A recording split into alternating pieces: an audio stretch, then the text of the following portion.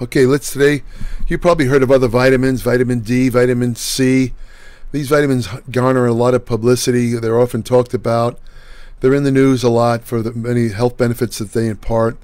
But there's another vitamin that's equally as important that's often not discussed quite as often. Well, it's not quite discussed as often as some of those other more popular vitamins. This is vitamin A.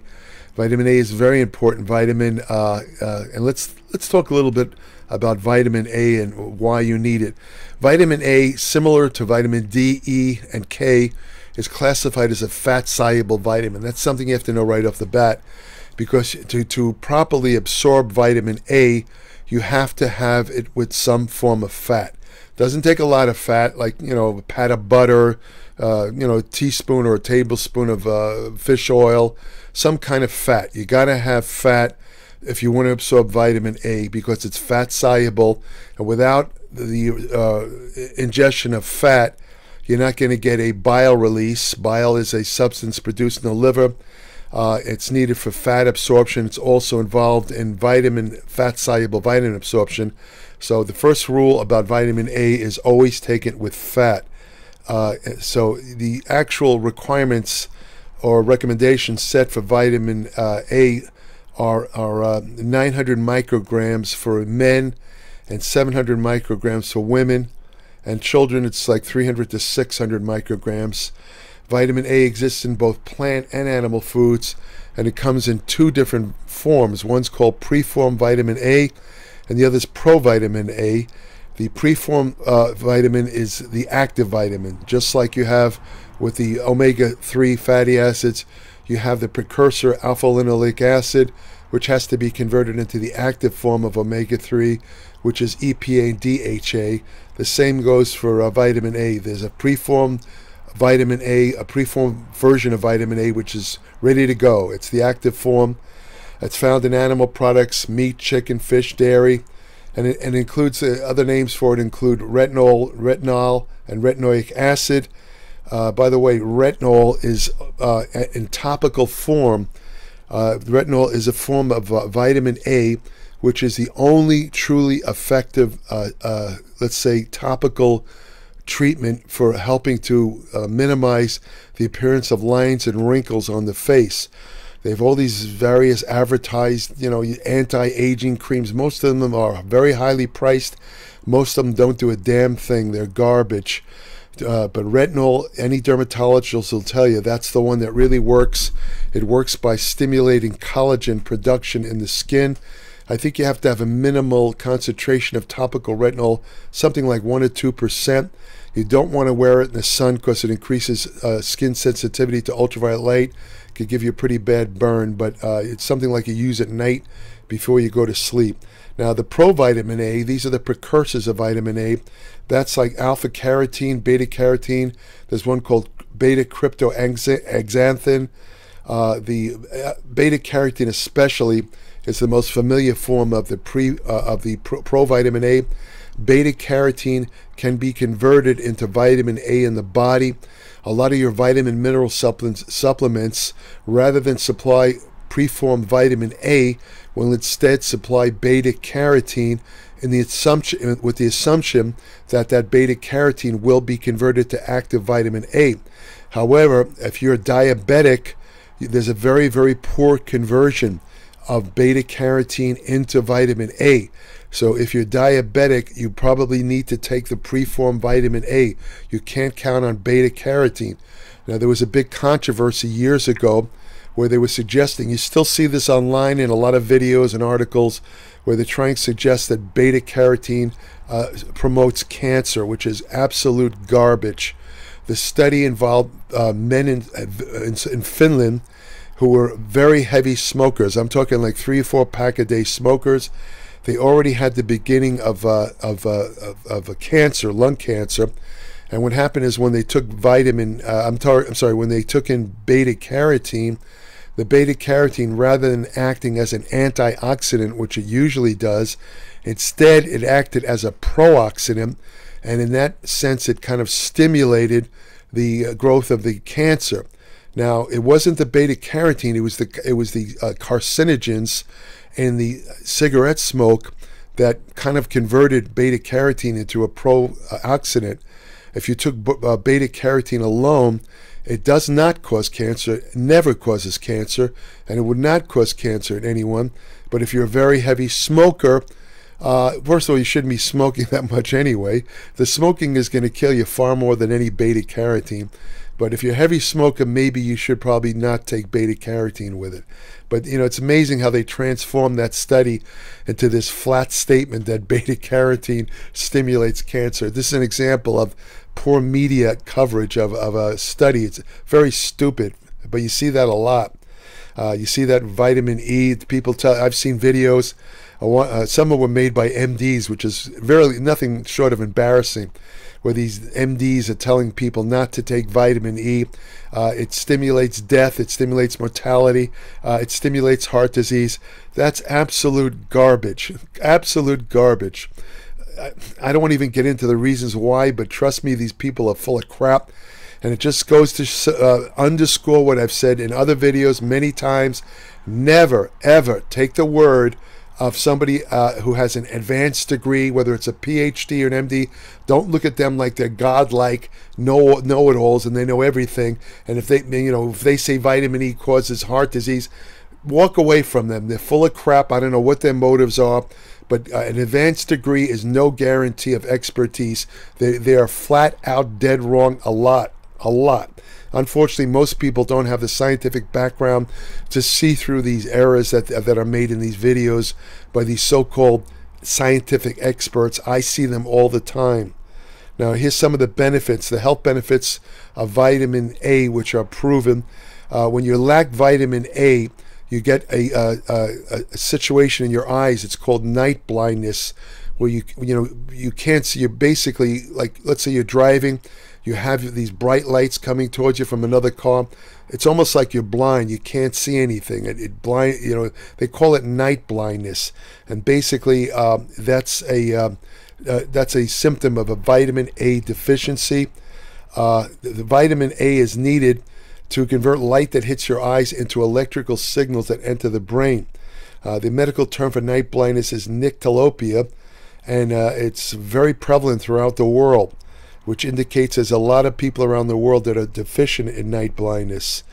The reason it occurs is because when you're deficient in vitamin A, you need a certain pigment in the eye needed to process light called rhodopsin. And vitamin A is a major component of that. So if you don't have enough vitamin A, your eye doesn't have enough rhodopsin and you get night blindness. And it makes your eyes extremely sensitive to light. They can see normally during the day, but as night falls, you have a lot of struggle to see properly at night. That's night blindness. There's another disease that's unfortunately fairly prevalent in older people. It's called age-related macular degeneration, and it's the primary cause of blindness with age. It's the #1 cause of people losing their sight as they get older. They don't know what the exact cause is. I've seen articles in the science journals which suggest that it's due to a long-term deficiency of various nutrients, including vitamin A and zinc, and also excessive oxidative damage to the eyes. I think that's probably the main cause is oxidative stress, and vitamin A is an antioxidant. So there was something called the age-related eye disease study. It found that when they gave people over the age of 50 who were already having the beginning of eyesight degeneration, if they gave them an antioxidant supplement that included beta carotene, it reduced their risk of developing macular degeneration by 25%. That's one thing that vitamin A. So vitamin A is very important for eye health. Vitamin A also helps protect against the development of certain cancers. Cancer is a disease process. Cancer is a general term. There's over 100 different kinds of cancer, but the basic underlying problem is abnormal cells. They begin to divide and grow in an uncontrolled manner. That's basically what cancer is. Vitamin A maintains the normal reproductive, let's say regenerative effects of cell division. It prevents out of control cell division. and in doing so, it helps to prevent cancer. Higher amounts of vitamin A as beta-carotene have been linked to a decreased risk of certain types of cancer, including Hodgkin's lymphoma, as well as cervical, lung, and bladder cancer. Animal foods, strangely enough, the vitamin A from plant foods has been associated with reduced cancer risk, but for some reason the vitamin A in animal foods don't seem to be as effective, which doesn't make any sense to me, but that's what these studies show. Vitamin A is very important for your immune response. Vitamin A maintains the mucus barriers in your eyes, lungs, and gut. It helps trap bacteria and other agents, viruses, that type of thing.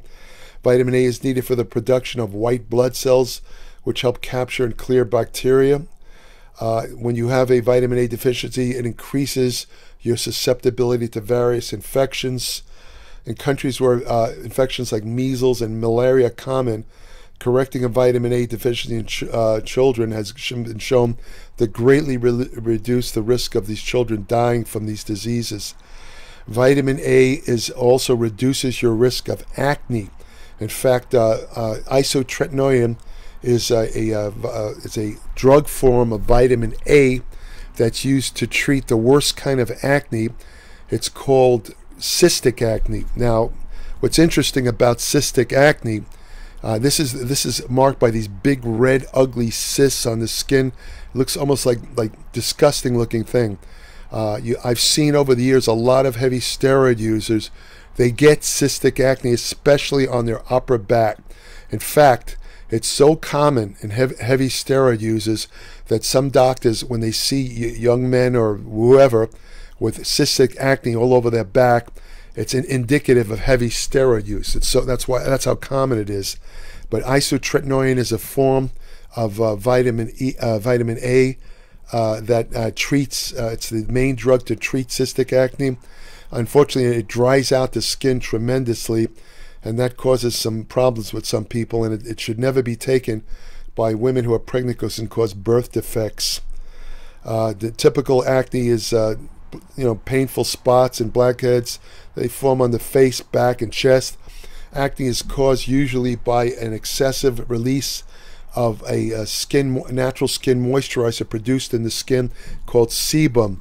Sebum naturally moisturizes the skin. However, if it's secreted in excessive amounts, there's a bacteria in the skin called P. acnes, that basically loves sebum. It's like food. They devour the sebum, and in the course of doing that, they release these irritating compounds that plug up the skin pores and cause acne. Now, the thing is, what stimulates sebum? What stimulates sebum more than anything else are androgens. The reason why teenagers tend to get acne is because in the early teenage years, there's a spurt of DHEA, DHEA, which is an androgen secreted by the adrenal glands, and it's the DHEA spurt that causes acne in teenagers. When women use DHEA supplements, for example, to increase testosterone, and DHEA always increases testosterone in women, but 50% of them get acne because the DHEA overstimulates the sebum production, and the bacteria act on the sebum, and they wind up getting acne. So the sebaceous glands, they get clogged up with dead skin and oils, and that's what happens. The vitamin A, they think, might help thin the sebum so it doesn't wind up blocking the skin pores, and by doing so, it'll reduce the chance of acne. It makes it more difficult for the dead skin cells to remove from hair follicles. So as I say, there's several prescription forms of vitamin A that are used to treat acne. Isotretinoin is one example, as I mentioned earlier. Vitamin A is also important for bone health. It's needed for the proper bone growth and development. People with low blood vessel vitamin A are higher risk of bone fractures. This is especially pertinent to older people who, they could also have deficiencies in vitamin D and calcium, especially women, which leads to osteoporosis. A deficient vitamin A deficiency adds to that. A recent meta-analysis of observational studies found that people with the highest amounts of total vitamin A in their diet had a 6% decreased risk of fractures. So it's, again, important for bone health. It also promotes health. Vitamin A promotes healthy growth and reproduction. Vitamin A is needed in especially for male reproduction, because if you don't get enough vitamin A, it blocks the development of sperm cells, which can cause infertility. In females, a vitamin A deficiency can reduce the quality of eggs in women and affect egg implantation in the womb, which again is a type of infertility. In pregnant women, vitamin A is involved in the growth and development of many major organs and structures of the unborn child, including the skeleton, nervous system, heart, kidneys, eyes, lungs, and pancreas. So, on the other hand, while vitamin A deficiency might be more common, you don't want to have excess vitamin A in a pregnant woman because it can cause birth defects. So, again, generally speaking, vitamin A is one of those vitamins you have to be careful of. Of the fat-soluble vitamins, it's very difficult to get an excess of vitamin K. It's much harder to get almost impossible to get an excess of vitamin E, but vitamin D and A present problems because they can accumulate. I've run into people who talk about taking 100,000 units a day of vitamin D. That's going to cause a vitamin D excess, which causes a lot of problems, which I'm not going to get into here. I've written about it in my Applied Metabolics. But the same can be true with vitamin A. When you take in too much vitamin A, it's called hypervitaminosis A, and it can cause nausea, dizziness, headaches, pain, and death. There was a famous case years ago, these Arctic explorers, they ran short on supplies. So what happens is they killed a polar bear and they ate his liver. What they didn't realize that the polar bear liver contains millions of units of vitamin A. And I don't remember if one or two of them died, but I know that these explorers got extremely sick from eating polar bear liver because of the excess vitamin A that was contained in the polar bear liver. So I think that's about it on the basics of vitamin A. If you want to take it in supplement form, the preformed vitamin A, you want to limit it to no more than 25,000 units a day. 10,000, you want to take in between 10,000 and 25,000 units of vitamin A. That'll cover all your vitamin A needs. And always take it again with a meal containing fat, or you will not be able to absorb it. If you want more information about nutrition, exercise science, anti-aging research you can use today, you can't stop the aging process. Believe me, I know. You can't stop the aging process, but there's things you could do to slow it down. It's difficult to increase lifespan. Well, no, you can increase lifespan, meaning how many years you live. But what's more important is to maintain what's known as health span, meaning you want to do everything you can to stay healthy as long as you live, all the way, whatever that is, 80s, 90s, if you're lucky to make it over 100. It's pointless to live to an advanced age if you're sick and messed up and you have no energy and you can't walk and you can't think. Who wants to live like that? That's like a living death. But if you're healthy, again, you can't stop some of the signs of aging. You could slow it down. You can make your skin look better. You can keep your muscles in great shape by resistance exercise. There's certain nutritional measures you can do that will really minimize the bad effects of aging. All of that's covered in Applied Metabolics. And what's really interesting about this particular topic is, to my knowledge, no other digital publication is covering this type of material that I am. And the videos that are on YouTube, unfortunately related to, let's say, anti-aging, are all extremely commercial. Most of them are involved in selling various supplements. They give you a certain amount of information, but they're basically just infomercials. My articles are just straight information. I'm not trying to sell you any supplements. And besides anti-aging research, I cover effective fat loss techniques, the ones that really work, ergogenic aids that'll help you train harder, hormonal therapy such as testosterone replacement therapy. There's little tricks that occasionally show up to make testosterone therapy safer and more effective. Again, this is rarely discussed anywhere else, but it will be discussed in Applied Metabolics. I also cover women's health and fitness. There's a lot of information there for women too. It's at www.appliedmetabolics.com. It's 30 to 45 pages every month. If that length of words scares you or intimidates you, be aware that Microsoft offers read programs where you could, put up my publication on your screen, and the whoever it is, the computer will actually read it to you. You don't even have to read it. You can read it. Also, what I recommend people do, because Applied Metabolics is such an in-depth publication, it's very in-depth. It's not this stuff like the videos where they give you just the headlines and no real details. I give you the whole kitchen sink. Everything you need to know is in these articles. And, they've shown in research that learning is best accomplished by what they call learning in chunks. In other words, read a certain amount at a time, then stop, let your brain absorb it, and then maybe a day or a couple hours later go back to reading more. You'll absorb it. It'll be much more enjoyable. This is the way I read. When I read books, I set aside a certain number of pages or a number of words each day, and I stop when I reach that point, because after that my mind will wander and it'll be like I'm not even reading. It's just going in one ear and out the other. So that's the best way to do it. And when you subscribe to Applied Metabolics, send me an email, and I'll send you an invitation to join my private Applied Metabolics Facebook page, where each day I post new information on medicine, exercise, science, nutrition, and general health. And that's only for subscribers. I have an email portal on my Applied Metabolics web page, which is, again, only for subscribers. You can send me short questions about anything they read in Applied Metabolics or anything else that comes to mind related to nutrition or exercise. I do not answer steroid or drug questions.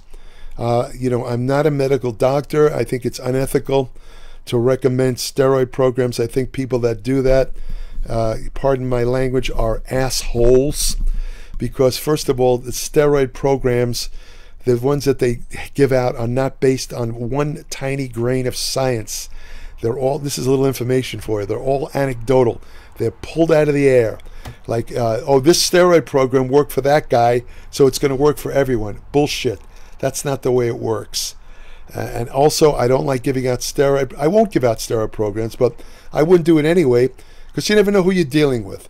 Somebody out there might have an underlying medical condition that they might not even be aware of. And if you tell them to take these steroids, it can push them over the edge and they could die. I'm not going to have that on my conscience. So don't even bother ever sending me steroid questions. I'll leave that to the knuckleheads who want to gain reputations as steroid experts. In fact, I think, my personal opinion, they're full of shit, all of them, every one of them, who talks about, this is the steroid regime to use. This steroid will do this. This steroid will that. Bullshit. That's not based on nothing. That's all. That's coming out of their ass. So don't you want to listen to those guys? Feel free, but I'm telling you, it's not scientifically based. So if you want scientifically based information, subscribe to Applied Metabolics. And I do cover steroids and drugs like that, but I cover the medical implications. In other words, if there's information that comes out about certain problems with steroids or any other new information, I do write about it in Applied Metabolics so people can know.